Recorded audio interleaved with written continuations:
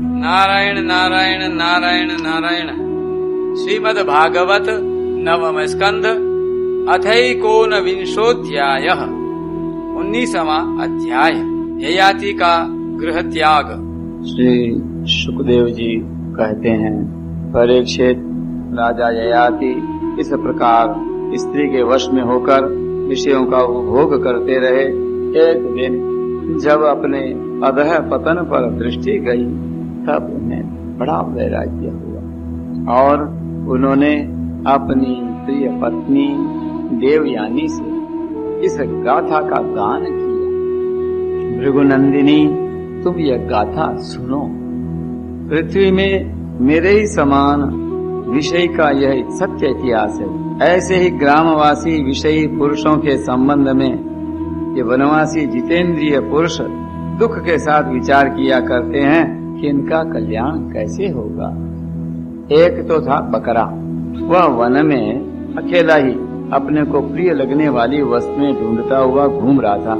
उसने देखा कि अपने कर्मवश एक बकरी कुएं में गिर पड़ी है। वह बकरा बड़ा कामी था। वह सोचने लगा कि इस बकरी को किसी प्रकार कुएं से निकाला जाए। उसने अपने सींग से कुएं के पास की धरती खोद डाली और रास्ता तैयार कर लिया। जब वह सुंदरी बकरी कुएं से निकली तो उसने उस बकरे से ही प्रेम करना चाहा। वह दाढ़ी मूंछ मंडित बकरा हृष्ट-पुष्ट जवान, बकरियों को सुख देने वाला, विहार कुशल और बहुत प्यारा था। जब दूसरी बकरियों ने देखा कि कुएं में गिरी हुई बकरी ने उसे अपना प्रेम पात्र चुन लिया है, तब उन्होंने भी उसी को अपना पति बना लिया। ये तो पहले से ही पति की तलाश में थी। उस बकरे के सिर पर काम रूप पिशाच सवार था। वह अकेला ही बहुत सी बकरियों के साथ विहार करने लगा और अपनी सब सुध बुध खो बैठा। जब उसकी कुएं में से निकाली हुई वो प्रियतमा बकरी ने देखा कि मेरा पति तो अपनी दूसरी प्रियतमा बकरी से विहार कर रहा है, तो उसे बकरे की यह करतूत सहन न हुई। उसने देखा कि यह तो बड़ा कामी है, इसके प्रेम का कोई भरोसा नहीं है और यह मित्र के रूप में शत्रु का काम कर रहा है। अतः वह बकरी उस इंद्रिय लोलुप बकरे को छोड़कर बड़े दुख से अपने पालने वाले के पास चली गई। वह दीन कामी बकरा उसे मनाने के लिए मैं करता हुआ उसके पीछे पीछे चला, परंतु उसे मार्ग में मना न सका। उस बकरी का स्वामी एक ब्राह्मण था। उसने क्रोध में आकर बकरे के लटकते हुए अंडकोश को काट दिया, परंतु फिर उस बकरी का ही भला करने के लिए फिर से उसे जोड़ भी दिया। उसे इस प्रकार के बहुत से उपाय मालूम थे। प्रिय, इस प्रकार अंडकोश जुड़ जाने पर वह बकरा फिर कुएं से निकली हुई बकरी के साथ बहुत दिनों तक विषय भोग करता रहा, परंतु आज तक उसे संतोष न हुआ। सुंदरी, मेरी भी यही दशा है। तुम्हारे प्रेम पाश में बंद कर मैं भी अत्यंत दीन हो गया। तुम्हारी माया से मोहित होकर मैं अपने आप को भी भूल गया हूँ। प्रिय, पृथ्वी में जितने भी धान्य, चावल, जौ आदि, सुवर्ण, पशु और स्त्रियां हैं, ये सब के सब मिलकर भी उस पुरुष के मन को संतुष्ट नहीं कर सकते जो कामनाओं के प्रहार से जर्जर हो रहा है। यत् पृथिव्यां बृहयवं हिरण्यं पशवः स्त्रियः न दुह्यन्ति मनः प्रीतिं पुंसः कामः तस्य वे। विषयों के भोगने से भोग वासना कभी शांत नहीं हो सकती, बल्कि जैसे घी की आहुति डालने पर आग और भड़क उठती है, ऐसे ही भोग वासनाएं भी भोगों से प्रबल हो जाती हैं। न जातु कामः कामानां उपभोगेन शाम्यति हविषा कृष्णवर्त्मैव भूय एव अभिवर्तते। जब मनुष्य किसी भी प्राणी और किसी भी वस्तु के साथ राग द्वेष का भाव नहीं रखता, तब वह समदर्शी हो जाता है तथा उसके लिए सभी दिशाएं सुखमयी बन जाती हैं। सर्वः सुखमया दिशः। विषयों की तृष्णा ही दुखों का उद्गम स्थान है।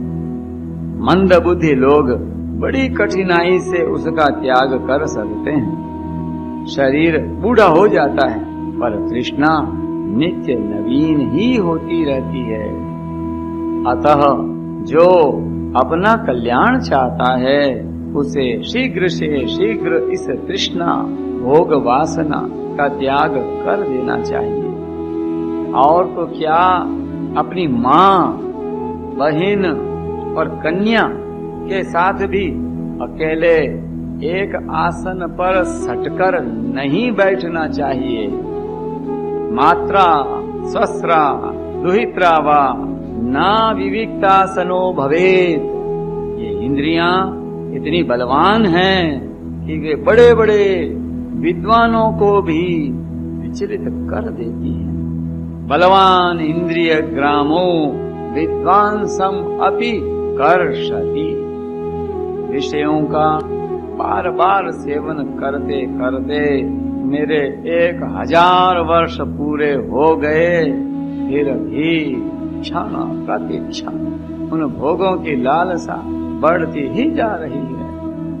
इसलिए मैं अब भोगों की वासना तृष्णा का परित्याग करके अपना अंतःकरण परमात्मा के प्रति समर्पित कर दूंगा और शीत उष्ण सुख दुख आदि के भावों से ऊपर उठकर अहंकार से मुक्त हो हरिणों के साथ वन में विचरूंगा। लोक परलोक दोनों के ये भोग असत हैं ऐसा समझकर न तो उनका चिंतन करना चाहिए और न भोग ही। समझना चाहिए कि उनके चिंतन से ही जन्म मृत्यु रूप संसार की प्राप्ति होती है और उनके भोग से तो आत्मनाश ही हो जाता है। वास्तव में इनके रहस्य को जानकर इनसे अलग रहने वाला ही आत्मज्ञानी है। परीक्षित ययाति ने अपनी पत्नी से इस प्रकार कहकर पूर्व की जवानी उसे लौटा दी और उससे अपना बुढ़ापा ले लिया। यह इसलिए कि अब उनके चित्त में विषयों की वासना नहीं रह गई थी। इसके बाद उन्होंने दक्षिण पूर्व दिशा में द्रोह्य, दक्षिण में यदु, पश्चिम में पुरवसु और उत्तर में अनु को राज्य दे दिया।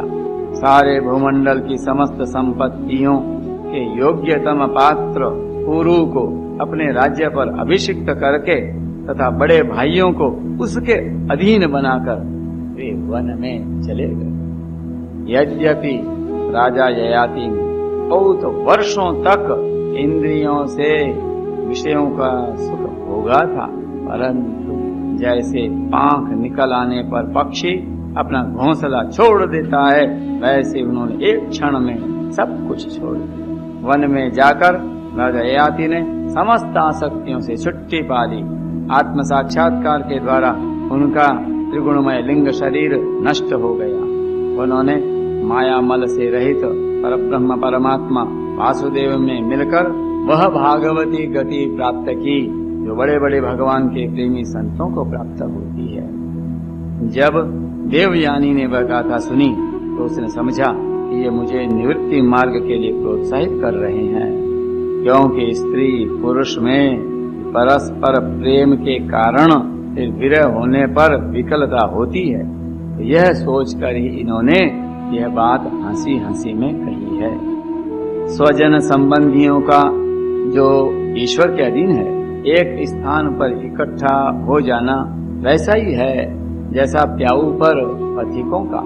ये सब भगवान की माया का खेल और स्वप्न के सरीखा ही है। ऐसा समझकर देवयानी ने सब पदार्थों की आसक्ति त्याग दी और अपने मन को भगवान श्री कृष्ण में तन्मय करके बंधन के हेतु लिंग शरीर का परित्याग कर दिया। वह भगवान को प्राप्त हो गए।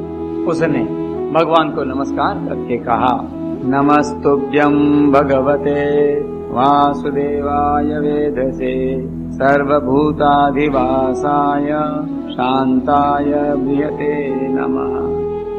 समस्त जगत के रचयिता, सर्वांतर्यामी, सबके आश्रय स्वरूप, सर्वशक्तिमान भगवान वासुदेव को नमस्कार है। जो परम शांत और अनंत तत्व हैं, उसे मैं नमस्कार करती हूँ। नारायण नारायण नारायण